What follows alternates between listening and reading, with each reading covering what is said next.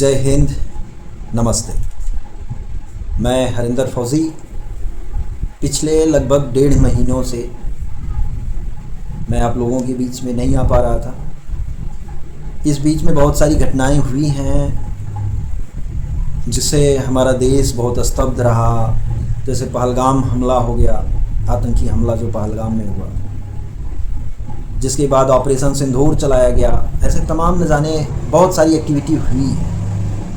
बहुत कुछ बदला है, एक चीज़ नहीं बदला, जो हम जवान लगातार जो स्ट्रगल कर रहे हैं, जो आज पूरा देश देशभक्ति दिखा रहा है। देशभक्ति आज हमारे पूरे पॉलिटिशियन, पूरे लीडर्स, सभी लोगों की आज देशभक्ति जगी हुई है। लेकिन उसके बावजूद भी अभी भी हम लगातार वही सिचुएशन में हैं जैसे लगातार पिछले 1.5-2-2.5 साल से लगातार हाथ में कटोरा और तिरंगा लेकर के घूम रहे हैं कि हमें न्याय दो।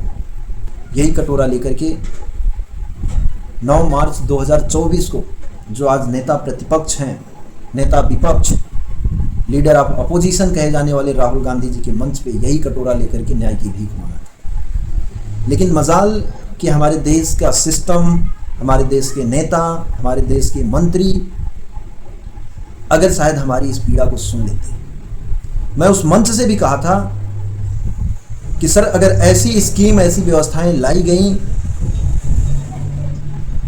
तो हमें पाकिस्तान से युद्ध करने में सोचना पड़ेगा। जब सिक्योरिटी के साथ इस तरीके से खिलवाड़ किया जाएगा तो सोचना पड़ेगा। और वो दौर देखने को मिला है 15 दिन बाद, पहलगाम हमले के 15 दिन बाद हम सर्जिकल स्ट्राइक के माध्यम से, जिसे ऑपरेशन सिंदूर का नाम दिया गया, उस ऑपरेशन सिंदूर के माध्यम से हम एक ऑपरेशन कर करके उनके 8, 9, 10 ठिकानों का मीडिया के मुताबिक, और वही मीडिया जो कराची, लाहौर सब पे कब्जा करा रही थी, उसी मीडिया के मुताबिक और वहीं के अधिकारियों द्वारा बताया गया, विदेश मंत्री के द्वारा बताया गया कि हम 9 जगहों पे, कोई 9 बताया, कोई 11 बताया, ऐसे तमाम न जाने तमाम आंकड़े आए। किसको सही कहें, किसको गलत कहें, हम इस पे नहीं जाएंगे। लेकिन हम इस पे जाएंगे कि आज जो हमारी सेना कमज़ोर क्यों की जा रही है, उस चीज़ का हम उदाहरण आपको दे रहे हैं कि आज हम 15 दिन तक लगातार पाकिस्तान के हमले करने के बाद, जो ये कहा गया कि पाकिस्तान ने हमला किया, उस हमले के बाद 15 दिन बाद हम जाकर के ऑपरेशन सिंदूर लॉन्च करते हैं और फिर भी 2-3-4 दिन में सीज फायर हो जाता है। तो आखिर वो ये सब करना क्यों? चलो वो सब विषय बाद में हम बात करेंगे, उस पर हम ज़्यादा चर्चा नहीं करना चाहते। लेकिन जो नहीं बदला उस पर हम चर्चा कर रहे हैं। वो सब तो बहुत सब कुछ हुआ, तमाम सारी जो बातें हुई उस पर हम बाद में बात करेंगे। लेकिन जो हमारे बगल में बैठे हैं ये शख्स, ये भी भारतीय सेना की एक जवान है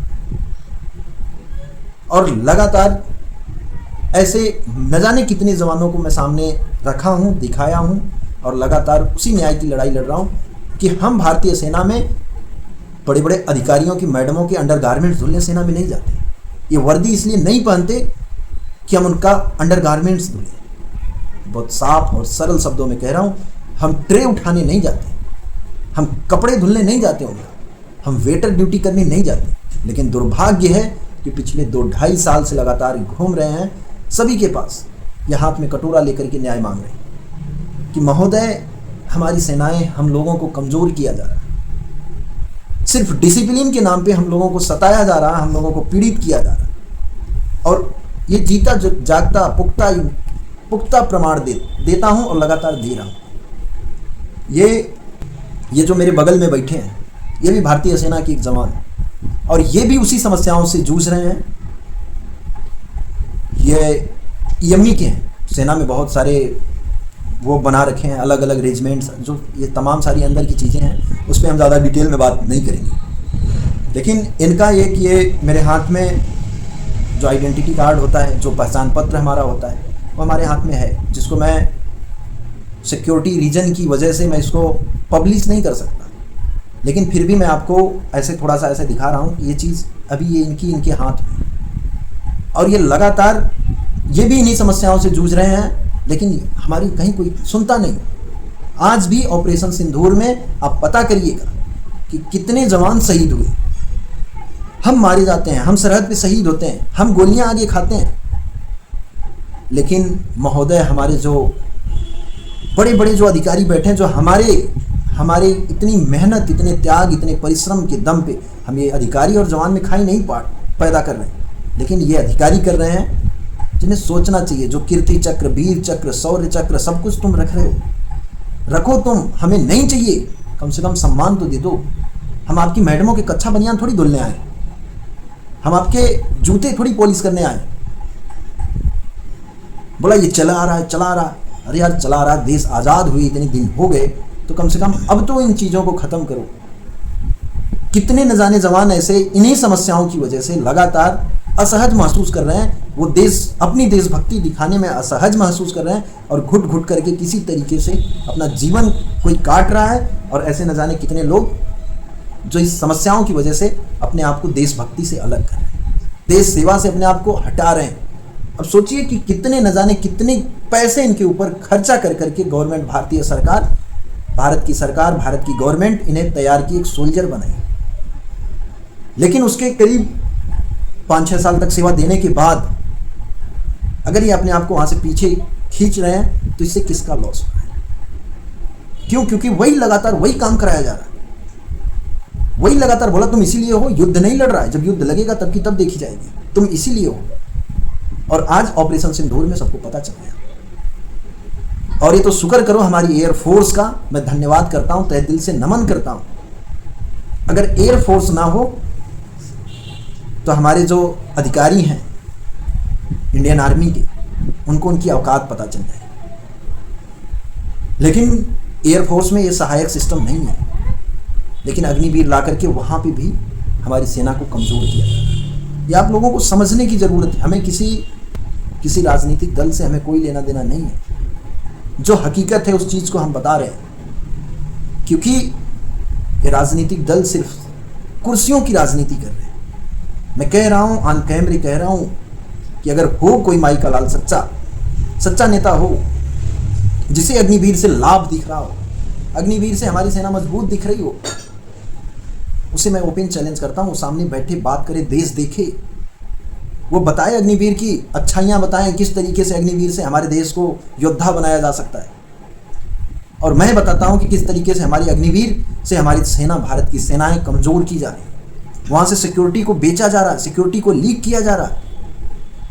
देश के रक्षा मंत्री जी बैठे हैं, देश के प्रधानमंत्री जी बैठे हैं, देश के जो डिफेंस के जो जनरल महोदय हैं वो बैठे हैं।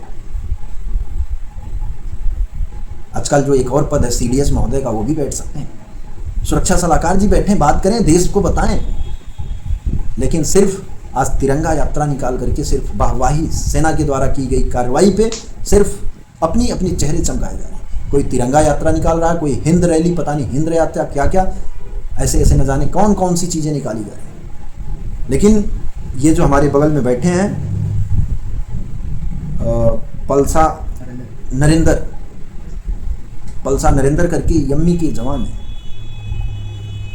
और ये भी उस पीड़ा से पीड़ित हैं, ये भी उस पीड़ा से बहुत पीड़ित हैं, इसी सहायक सिस्टम से, इसी बड्डी से, जिसे बड्डी कहा जाता है। बोला वार सिचुएशन के टाइम पे काम आएगा। और वो बड्डी अधिकारियों के घरों में, उनके कुत्ते घुमाने में, उनकी मैडमों के कपड़े धुलने में, उनके बच्चों की देखभाल करने में, उनकी रसोइयों में उनका खाना बनवाने में, हाथ बटाने में, ऐसे न जाने उनके कपड़े धुलने में, न जाने कौन से अनलीगल, जितने सारे अनलीगल कार्य हैं वो सब कुछ कराए जाते हैं ऐसे हम जवानों से। लेकिन हमारी पीड़ा कोई सुनने वाला नहीं है। इसलिए मैं अपने देश के लोगों से लगातार गुहार कर रहा हूँ कि कम से कम अभी तो जागो। ऐसे ही हम लोग सभी लोग मारे जाएंगे। कभी पुलवामा में 40 जवान शहादत होगी और एक सर्जिकल स्ट्राइक, फिर उसमें अपने चेहरे चमकाए जाएंगे। फिर कभी पहलगाम में आप लोगों जैसे लोग मारे जाएंगे, हमारे देश के आम नागरिक मारे जाएंगे। फिर ऑपरेशन सिंदूर, फिर सारी चीज़ें पाकिस्तान के ऊपर। मैं इतने दिन तक अभी नहीं बोल रहा था, लेकिन मैं पूछ रहा हूँ, मेरा पाकिस्तान से कोई वो नहीं। पाकिस्तान बिल्कुल 1971 में, बहुत पहले 71 के दौर में, 70-71 के दौर में पाकिस्तान के 2 टुकड़े कर दिए गए थे। वो पाकिस्तान को हम आज भी पाकिस्तान पाकिस्तान पाकिस्तान पाकिस्तान है क्या चीज भारत के लिए, लेकिन उसी पाकिस्तान के नाम पे आज भी हमारे भारत की पाकिस्तान की राजनीतिक पार्टियां अपनी राजनीति चमका रहे हैं। और उसमें पीछे कौन जा रहे हैं? हम भारतीय सेना के जवान और भारत के नागरिक, आम नागरिक, पाकिस्तान के भी आम नागरिक पीछे जा रहे हैं। उसमें भी पाकिस्तान की सेना के लोग मारे जा रहे हैं। लेकिन इससे फायदा किसको हो रहा है? सिर्फ पॉलिटिकल पार्टी। क्यों इस मसले को हल क्यों नहीं किया जाता? और अगर हल नहीं किया जाता तो जब पुलवामा हुआ, जब पाकिस्तान पे आरोप लगे, तो पाकिस्तान को फिर क्यों नहीं सबक सिखाया गया? फिर कैसे वो दुस्साहस कर लेता है अगले 4 साल 2 साल के अंदर, फिर वो पहलगाम जैसा फिर घटना करता है, और फिर वही कि फिर एक सर्जिकल स्ट्राइक, फिर बैनर पोस्टर लेकर के पूरे भारत में दिखाना। ये चल क्या रहा है? तो ये आप लोगों को समझने की जरूरत है कि ये सिर्फ सेना का प्रयोग किया जा रहा है अपनी 56 इंची साबित करने के लिए, देश को सच्चा राष्ट्रवादी बताने के लिए, सच्चा राष्ट्रवादी दिखने के लिए सेना का इस्तेमाल किया जा रहा है।